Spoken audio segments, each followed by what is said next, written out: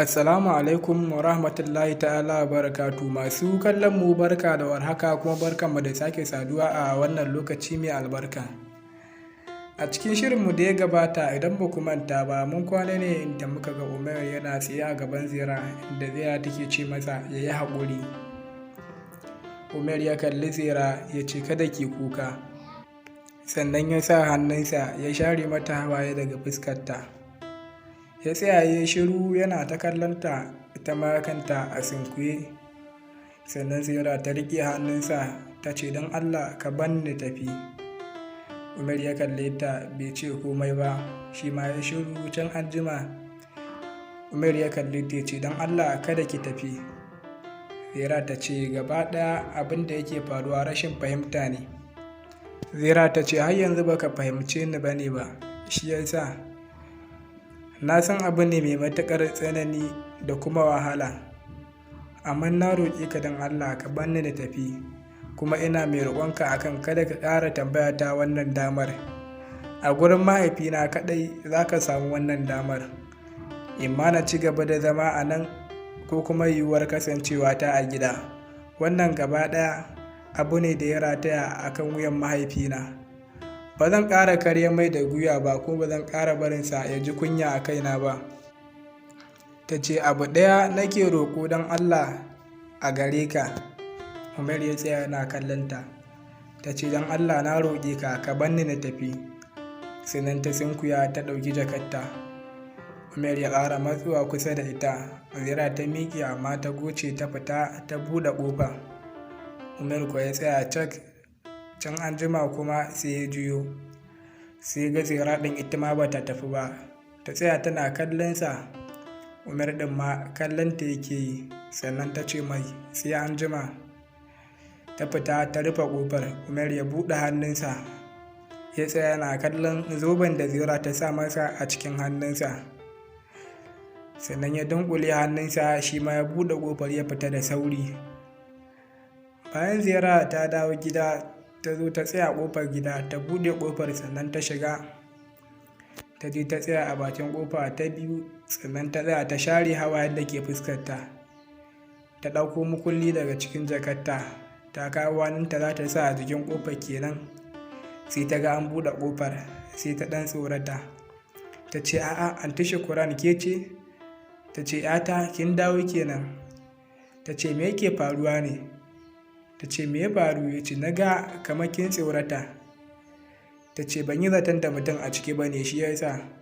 Ta ce tunanin me kike yi? Kin ga shigo ciki mu je mu zauna. Sannan Zira ta shigo. Bayan ta shigo ta tsaya ta cewa anti Shukuran mahaifina ya dawo. Anti Shukuran ta ce a kake damu, bai dawo ba kuma bai kira ya tambaya a kanki ba, kada ki damu. Ta ce to shi kenan ya kamata mu zauna. Suka zo suka zauna. Zira ta ce ban baro gidan ba har sai da aka je aka yi jana'izarsa aka binne sa.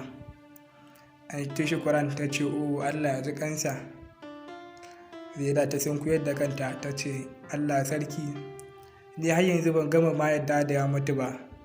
Anti Shukuran ta ce haba ‘yata, in kika ji mutuwa to gaske ne, kuma in har mutum ya mutu to baya dawowa, kuma dukkan mu nan za mu mutu, lokaci kaɗai muke jira. Zira ta ce Allah sarki kawo shi, mutumin kirki ne sosai, shi ba ma iya ma'aikaci ba ne a gidan, shi tamkar uba yake a gidan. Na san farfajiyar gidan ita kaɗai ma za ta yi kewarsa, Allah ya ji kansa.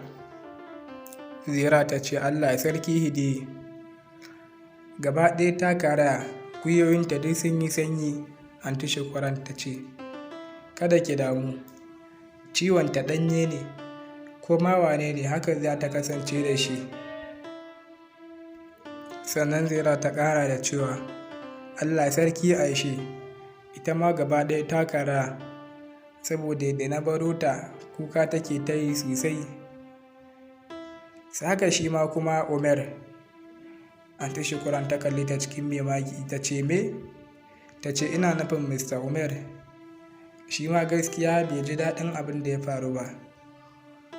Anti Shukuran ta kalli Zira cikin tuhuma.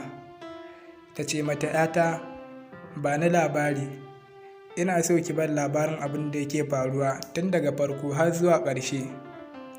Zira ta ce labari, ta ce Zira ta ce wani irin labari? Ta ce kin gayata har yanzu ki yarinya ce, baki fahimta ba ne ba, ni antin ke ce fa ko kin manta?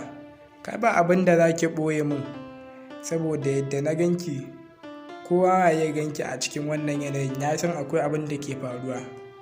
Ko kina so na yi wa mahaifinki bayani ne? Ko kina so ne na mai bayani cewa auren da kuka yi ba iya na takarda ba ne ba? Zira ta ce don Allah kake haka, in kika yi haka da wani irin idanu kenan zan iya kallon fuskar mahaifina? Ta ce to shi kenan, kar ki damu, ba zan masa bayani ba, amma ya zama dole ki min bayani tun daga farko har zuwa ƙarshe. Ta ce ga dukkan alamu na ga kina jin wani abu a kansa. Anti Shukuran ta ce to shi kenan, ba komai yata, duk yadda kike so haka za a yi, ba zan mai bayani ba. Ta ce shi kenan, na gode. Umair ya zo ya faka motarsa a wajen aikin kawu Salim, sannan ya fito daga cikin motar ya taho kamar zai shiga cikin shagon.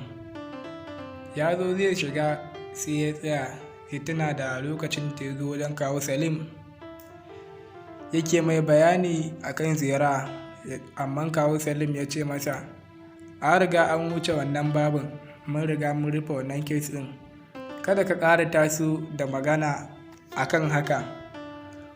Umar ya ce don Allah ka ban dama, minti ɗaya nake so kawai za mu yi magana da kai.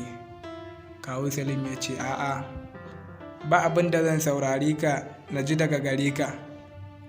Umar ya dawo daga cikin tunaninsa, sannan ya tsaya ya buɗe hannunsa yana kallon zoben da Zira ta bashi. Umar ya ce yanzu ya zan yi? Ya tsaya yana ta kai kawo a bakin shagon. Ya juya kenan sai ga kawo Salim nan ya fito daga can cikin shagon wajen aikinsa, ya zo zai ci gaba da aiki, kawai sai ya hango Umar. Ya ce a'a, wannan kawai me yake yi a nan? Ya juya ya ci gaba da aikinsa, ya ƙara juyowa sai ya ga dai still yana nan. Ya ce a'a, wai wannan me yake bukata, me yake so a mai? Kawo Salim ya juya ya ɗauki makullin shagon, ya fito waje ya rufe shagon, sannan ya juya zai tafi. Ya taho zai tafi, Umar ya sha gabansa. Kawo Salim ya kalle sa ya ce masa ya aka yi? Ya ce ina so mai magana da kai. Kawo Salim ya ce babu bukata. Umar ya ce don Allah ka ban minti ɗaya yawa za mu yi magana da kai. Kawu Salim ya ce ka gama? Umar ya ce a'a ban gama ba. Ya ce to shi kenan ka ci gaba, ni kawai ba zan saurari ka ba. Umar ya kalli Kawu Salim ya ce ko da kwana nawa zan yi a nan wajen, in dai har ba kai magana da ni ba to ba zan bar gurin nan ba. Ko da kwa kwana nawa za ka yi, zan tsaya a nan har sai mun yi magana da kai. Kawu Salim ya ce shi kenan, hakan ya yi daidai. Sannan ya goce ya juya ya kama hanya ya tafiyarsa. Har ya tafi sai ya tsaya ya juyo yana kallon Umar, ya ga dai bai tafi ba yana tsaye. Sannan ya ci gaba da tafiyarsa. Umar ya tsaya yana kallon Kawu Salim yana tafiyarsa, ya ce ba zan taɓa barin gurin nan ba har sai na yi maganin matsalata, har sai na kawo ƙarshen wannan al'amarin, har sai na yi magana da kai. Zira kuwa tana zaune a kan kujera tana kallon hotunan Umar a cikin wayarta, sannan ta yi makin ɗin hotunan gaba ɗaya ta goge su. Tana goge su kuma ta fara kuka, ta ce wayo Allah, Allah na roƙe ka, Allah ka taimake ni, ya Allah ka fidda ni daga cikin wannan halin. Tana zaune kawai sai ta ji ana buɗe gida, sai ta yi sauri ta share hawayen da ke fuskarta, sannan ta miƙe tsaye. Tana tsaye sai ga Kawu Salim dan ya shigo. Ta ce barka da zuwa baba. Ya ce yauwa ‘yata, ya kike? Ta ce lafiya ƙalau. Ta ce ga abinci can na gama idan za ka ci. ya ce a'a ba shi kawai, yanzu a gajiye nake, na yi aiki sosai, zan je na wanke hannuna na kwanta.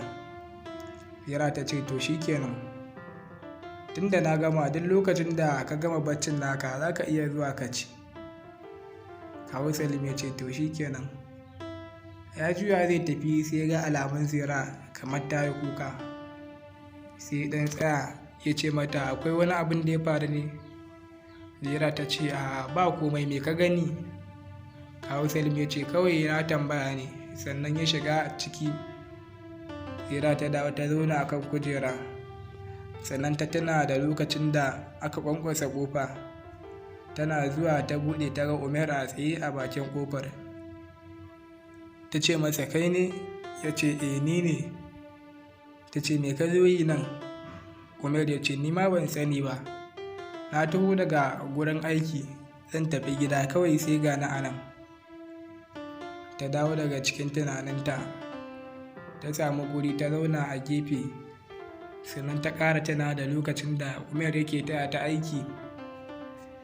Lokacin da Umair ya karɓi labulaye a hannunta, ta ce Umair karɓar julu, kai da kanka za ka yi wannan?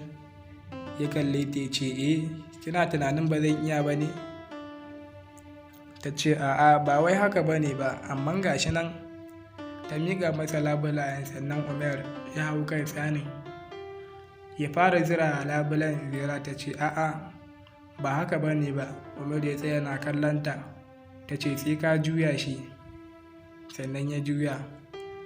Ziyara ta ƙara dawa daga cikin tunaninta, ta ƙara miƙewa ta dawo bakin windo ta tsaya. Sannan ta ƙara tana da lokacin da Umair ya bata mamaki a wannan daren da ba za ta taɓa mantawa da shi ba. Abin ya ba Ziyara mamaki sosai, saboda yana ɗaya daga cikin dararen da zai wuya ta iya manta su cikin sauƙi a rayuwarta. Da kuma lokacin da suka miƙe a wannan daren suke rawa tare. Ziyara ta dawo daga cikin tunaninta ta zauna, ta riƙe hannunta, sai ta ga babu zoben a hannunta, saboda ta saba riƙewa ta ji da zobe. Wannan karan tana riƙewa kuwa sai ta ji hannunta babu komai. To ko me yake damun Ziyara? Yau dai gashi nan ta zauna sai tunane-tunane take. Ba ma ce mun san abin da yake damunta ba. To jama'a, wannan shine ƙarshen shirinmu na wannan rana. Kada ku manta da subscribe da kuma liking da kuma ajiye mana ra'ayoyinku akan wannan shirin namu. Sannan kuma muna miƙo saƙon gaisuwa ga dukkanin ilahirin masoyanmu da suke bibiyan mu a faɗin duniya. Mun gode.